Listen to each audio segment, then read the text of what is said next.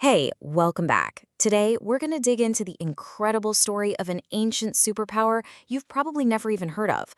A civilization that was, for a while, the biggest and, you could argue, the most advanced on the entire planet.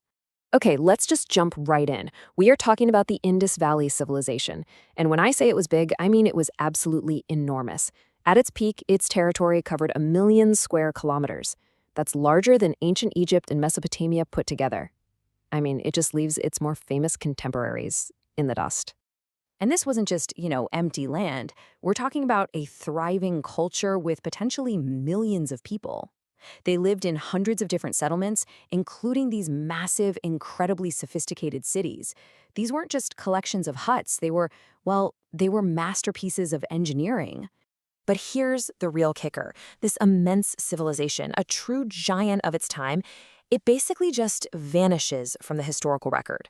It wasn't conquered and written about by its enemies, it was just forgotten. Its cities were buried, its people moved on, its language became a mystery. I mean, how does a civilization that huge just get lost? Well, that is the exact case we are cracking open right here, right now. We're going to play detective using the absolute latest archaeological and scientific evidence to follow the clues, piece together the story of who these people were, how they lived, and why their incredible world disappeared.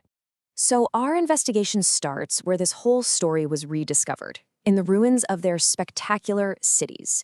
This is our first clue, and it's the most tangible one we've got, the incredible things they built. For thousands of years, these cities were just mounds in the dirt. It wasn't until the 1870s that they were even properly identified. Excavations didn't really kick off until the 1920s at sites like Harappa and Mohenjo-daro. We're still finding new places, like Dolavira in 1967. Just think about that for a second. We've only really known about this entire civilization for about 100 years. It's wild. And what they found? Well, it's just mind-blowing. Across hundreds and hundreds of miles from one city to another, there was this stunning uniformity. They used standardized brick sizes, standardized weights and measures. Their cities were built on these perfect grid layouts with wide streets. And maybe most impressive of all, they had advanced sanitation, with these complex sewer and drainage systems running out of individual homes. I mean, that level of planning points to a super organized, probably centralized society, right? But these guys weren't just a one-trick pony. They were incredibly adaptable. Take the city of Dolavira, for instance.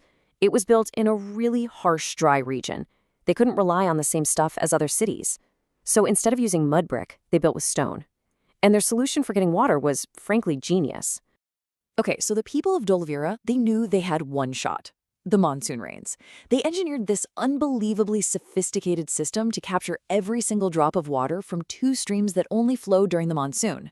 They channeled it all through this network of drains and stored it in a series of colossal stone-cut reservoirs.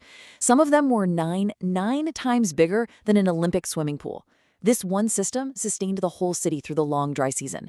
It's an absolute masterclass in engineering from 4,500 years ago.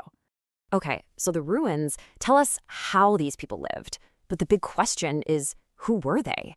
To answer that, we're going to pivot from archaeology to cutting-edge genetics. For that, we're diving into their DNA. This is all possible thanks to this amazing field called paleogenomics. Think of it like this. It lets us read the actual genetic instruction manual of people who've been gone for thousands of years. It's like a time machine for biology, opening up a window into the past we have never, ever had before. So the big breakthrough? It came from a burial site in a city called Rakhigarhi, one of the biggest Indus Valley cities we know of. After trying for years, researchers finally managed to extract and fully sequence the genome of a woman who was buried there, right at the civilization's peak. And boom, for the very first time, we had a direct personal link to the Indus people themselves. And what they found completely rewrote the history books. Her DNA showed she was part of a unique mix, mostly related to ancient Iranian hunter-gatherers, but also with ancestry from ancient Southeast Asian hunter-gatherers. But here's the real kicker. It's what they didn't find. There was zero ancestry from steppe pastoralists from Central Asia and zero from the Anatolian farmers who everyone thought had brought agriculture to the region. So what does this all mean? Well, it's huge. This genetic evidence basically smashes the old theory that farming was brought to South Asia by a big wave of migrants from the Fertile Crescent. Instead, it strongly suggests that the people of the Indus Valley civilization came from local groups who figured out farming all on their own. Their origins are uniquely their own. All right, so we've got a massive, sophisticated, and homegrown civilization, which brings us right back to that massive, nagging question, where did they all go?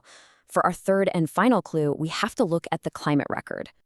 By looking at everything from cave rocks to sediment at the bottom of ancient lakes, scientists have been able to piece together what the climate was like back then. And the data? Well, it's undeniable. Starting around 4,500 years ago, right when the civilization was at its height, things started to get bad. The vital monsoon rains began to weaken, and rainfall dropped by as much as 20%. Now, we're not talking about a few bad summers here.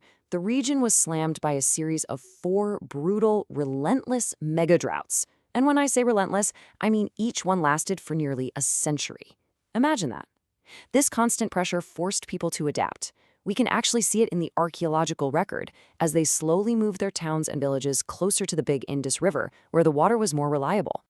And then came the knockout punch, a final, crippling drought that went on for 113 years. Just let that number sink in. Over a century of severe drought. A climate event like that would challenge even our modern, high-tech world. So you see, the end wasn't some dramatic, overnight collapse like a volcano burying a city. It was more like a slow, painful fade-out. Over hundreds of years, the climate just made their way of life, these huge cities and massive farms, impossible to sustain. People gradually left the big urban centers and broke off into smaller, more rural groups. So they didn't just vanish into thin air. Their entire way of life, it transformed. All right, so let's put all the pieces of this puzzle together and turn to the final and most frustrating mystery that's still left. The clues give us a pretty clear picture, right? The Indus Valley was home to one of antiquity's true superpowers, with absolutely brilliant urban planning. Its people weren't migrants who brought their ideas from somewhere else. They had a unique heritage with deep, local roots. And their world didn't end in some big cataclysm, but slowly came apart under the crushing weight of climate change. But even after all of this, after decoding their DNA, after reading the climate record, the single biggest clue is still a total mystery. This is their writing. We have hundreds of examples of it on little stone seals and pieces of pottery, but to this day, nobody can read it. Their voices, their stories, their history, written in their own words, are completely silent to us. We've managed to solve so many of the puzzles of this lost civilization. But the final chapter, the one they wrote themselves, is still waiting for someone to read it. So you have to wonder, after we've uncovered the secrets of their genes and their climate, what stories are they still just waiting to tell us? Thanks for watching.